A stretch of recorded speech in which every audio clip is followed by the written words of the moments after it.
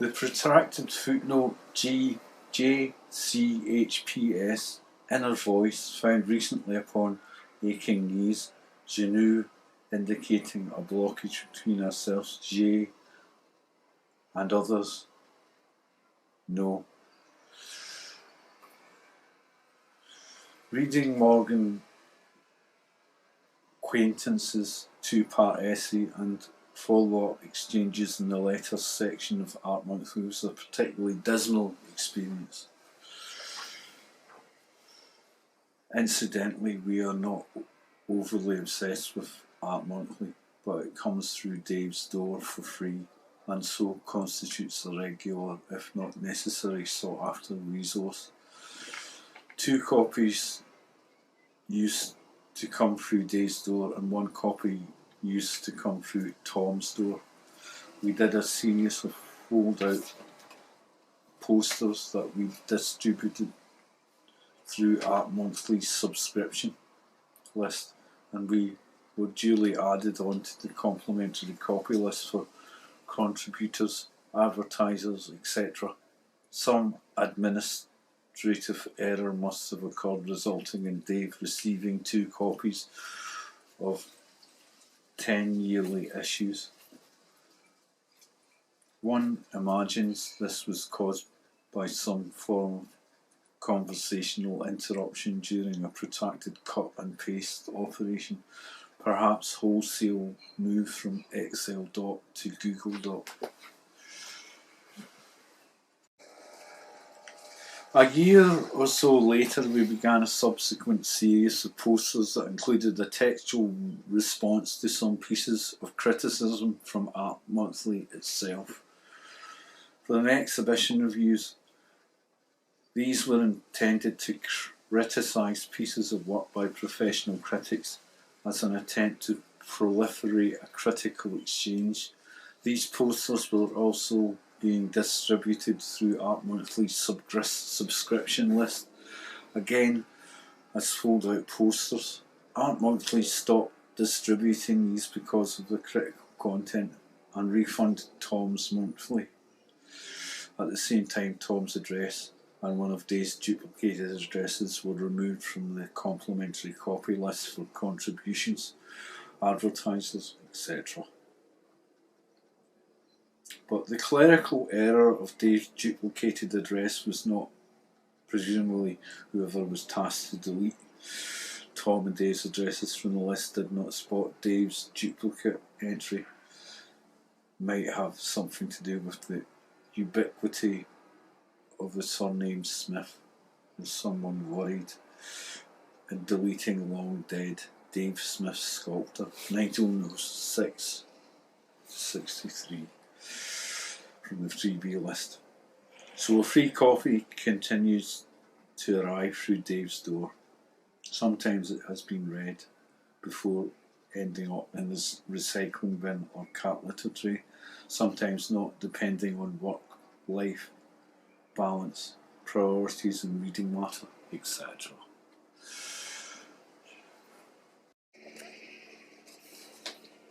Part 1 of Morgan Acquaintance's essay and issue was read by Dave, as was the subsequent Part 2 and the exchange of letters. Dave also digitally scanned these after a brief Zoom conversation with Tom, who had half a mind in using them for a future CRIT centred around the figure of the critic and the object of criticism. This text, no less, and emailed them to Tom to read independently. Tom, not having his own copies for the reason clearly explained above. The reason for this drab affair was that any significance the text represents is initiated in it conspicuously, constituting the best that criticism can achieve in the current conditions of artistic productions, essentially that of pointing some things out that are not particularly impressive or edifying. On the upside, it's Identifying procedures did delimit its potential scope of description. Procedures, so initially it seems to be interesting. Unfortunately, its faux radical wrappings were quickly shed, something like a gift wrapped in expensive paper that the sellotape won't properly adhere to. The gift isn't so much unwrapped as falls from its wrapping pathetically onto the lap. It is Morgan Quintance's text attempt to be critical that exposed the unlikelihood of criticism operating anywhere within the current conditions of artistic production, and precipitated the darkening of what were already grey clouds. At some point after us, before reading part 1 of Morgan Quintance's text, and us starting to put this current text, Crit 4, together, we distributed the first of this series of texts, Crit 1, titled Install Quinn by Cockrell. The distribution from our point of view consists of the text going online and us posting something indicating the update website on Facebook and Instagram, as well as sending an email through a MailChimp account to a mailing list of around 500 recipients. The bulk of the email list has organically accumulated over the years of our practice. The majority of names would have been added in the hope that the recipient would find our practice of interest. We add to it sporadically on meeting new people or coming across somebody's work that seems interesting. Very rarely people ask to be included. Morgan Quintance was on the list.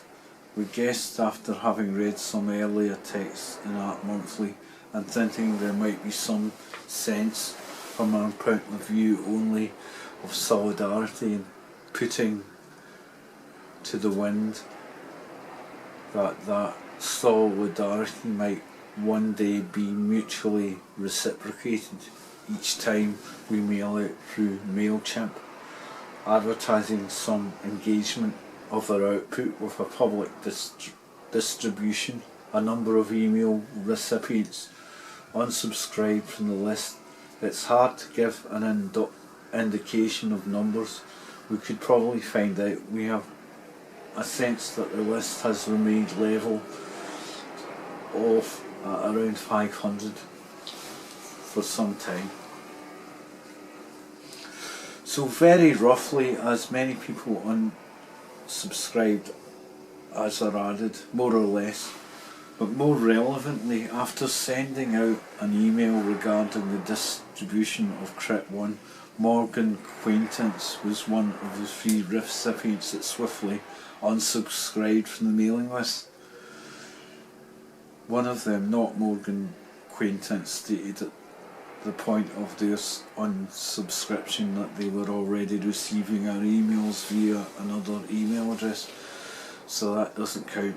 Although thinking about it, we haven't checked if that's true, so they could have simply been wanting to soften the blow. No such sympathetic consideration from Morgan Quintance. His unsubscription resonated enough for the 2 of us, JCHP, to chat about it on a longer Zoom meeting. We had to discuss an unrelated project we were working on. Why did it resonate? Probably because of the aforementioned sense of unfounded mutual solidarity based loosely on what we read. We say resonated. Hopefully the word expresses more or less accurately what we mean. It would be wrong to say either of us were bothered. At least one of us can recollect at least one of us saying something along the lines. We can live with that. But it piqued our collective consciousness, if such a thing actually is possible. enough to form the content of probably half a dozen back and forth utterances before moving on. The only other time someone's requested to be taken off our mailing list has similarly resonated was the late Charles Harrison. The subsequent emotional response was, for at least one of us, perhaps for a comparable reason with that of Morgan Quaintance departure, although it is true to state that we would rather have been appreciated by Charles Harrison than Morgan Quaintance, purely on the evidence of the former's work, not least his work with A and L, who we don't know personally, but read and discuss with regard to our practice relatively regularly.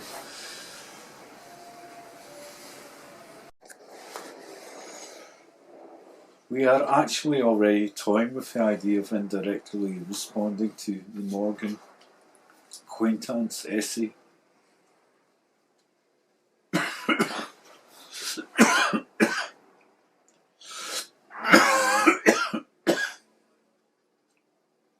For this Crit 4, before the systemic event of his unsubscription, which possibly explains the described resonance or aftershock caused by it more logically than the foregoing. It doesn't particularly have a bearing on the current crit other than quantitatively in terms of the word count of this protracted footnote. The half-defined, half-hoped-for sense of mutual solidarity for our point of view, initiated by his essay exerts a more significant determination upon our practice than does his, probably casual. He's probably never heard of us, we wrote self-depreciatingly on subscription. We do not know and do not wish to suggest, or particularly even speculate, if Morgan Quaintance's unsubscription from our mailing list was initiated because of anything to do with Art Monthly's being upset with us for the critical content of our series of posters and their subsequent cancellation of the agreement to distribute them through their subscriptions. Why write it down then? Well, this is JCHP's newly registered inner voice, cock, drip or con dick. We can't control its thinking quite that easily. As far as we know, Morgan Quaintance doesn't know anything about us or about our posters.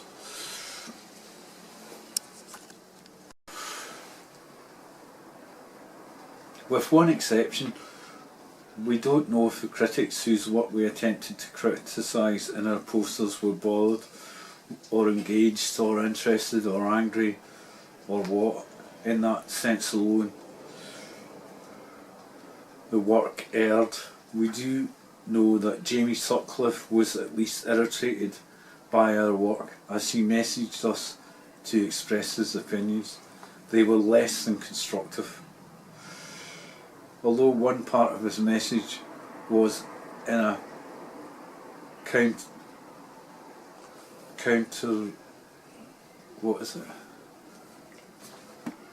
counterintuitive way useful. He mentioned that the few bits of writing he'd read of ours, specifically the text responding to one of his Art Monthly reviews, was badly written.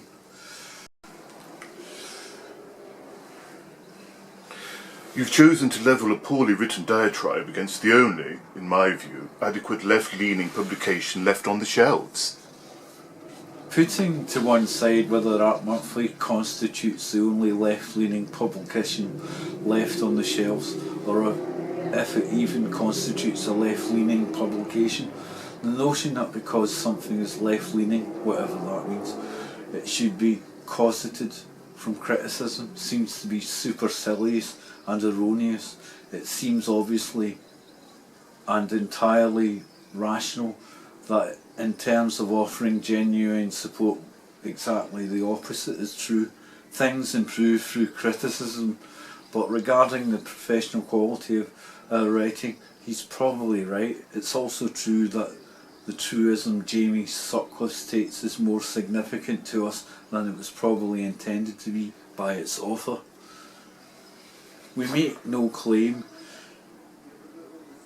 to be good writers by Jamie Sutcliffe's expert criterion for judging what constitutes good or poor writing or anyone else's, and don't care if we are or not,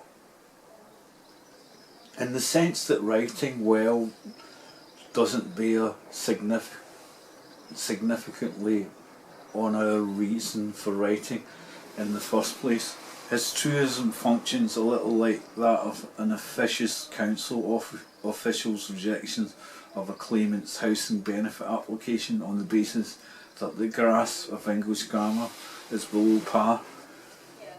Either the point we are trying to make gets across, or it doesn't. If it doesn't, so what? If it doesn't, so what? This might irk Jamie Sutcliffe and his ilk in his role of self-appointed art world arbiter of standards of writing, but we are working on the general assumption that the majority of what we write errs, meaning erring pointedly in terms of what we are trying to understand ourselves, as opposed to erring in any Sutcliffean sense of technical standards. That is really the purpose of the attempt to write out, the attempt to maintain an art practice in cultural conditions that are far more conducive to not doing so. It is really the point of the attempt to write critically too. We would personally rather be in receipt from the point of our own output of what might technically constitute a poor standard of actual criticism than a well-polished, technically faultless bit of descriptive verbiage with all the impressive references situated in the right places. It is presumably possible to produce an example of well-written criticism, but not by us, and not in the pages of Art Monthly, although we're guessing its content is well written. Morgan Quintance's essay is the closest we've spotted, but it's quite possible more have, for us, fallen prematurely foul of the cat's litter tray. The purpose of writing is to be critical, and for us the purpose of being critical is to test theories and see if they sustain enough to be improved. If not, they fail.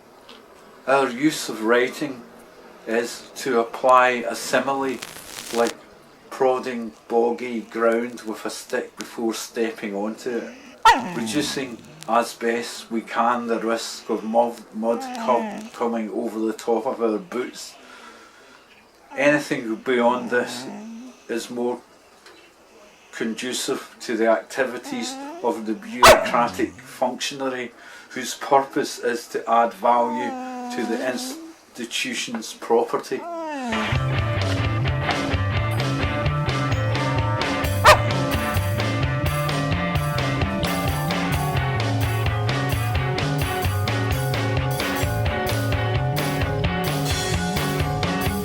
I felt us breathing, I felt the breath of it on the back, all the way back, on the back of my head, back into town. I was broken inside, flights of melancholy like some gushy girl. I was fucking broken inside. A sin that rots so much, it make the angels up there in heaven want to poke. Broken inside. I know she isn't worth all the trouble. Oh God, she fucking snuff out the sun. You hatch, half-breed torpor, agents of control, need control. There is only dirt between us, filthy ways, filthy ways. Felt the breath of it, felt the breath of it. On my way, all the way back into town. Flights of melancholy like some gushy girl. No man with a clear conscience. That sin, it stinks, it rots, it fucking rots. And like the angels up in the road, bloke, she isn't worth all the trouble. Lord God should snuff out the sun.